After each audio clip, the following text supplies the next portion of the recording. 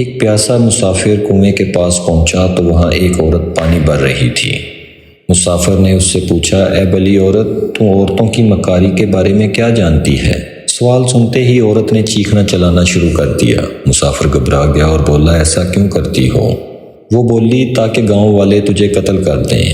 تم نے مجھے تکلیف دی ہے۔ مسافر گھبرا گیا اور ہاتھ جوڑ کر بولا، مجھے معاف کر دو، تم تو بہت اچھی اور رحم دل اور شریف لگتی ہو۔ عورت نے اس کی بات سنی اور جلدی سے پانی کا گڑھا اپنے اوپر انڈیل کر خود کو گیلا کر لیا۔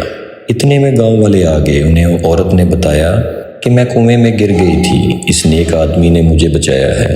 گاؤں والوں نے مسافر کا شکریہ ادا کیا اور اس کی جواں مردی کا تذکرہ کرنے لگے۔ جاتے جاتے اس عورت نے مسافر سے چپکے سے کہا، یاد رکھو، عورت کو تکلیف دو گے وہ تمہارا سکھ چین چھین لے گی، اسے خوش رکھو گے تو وہ تمہیں موت کے منہ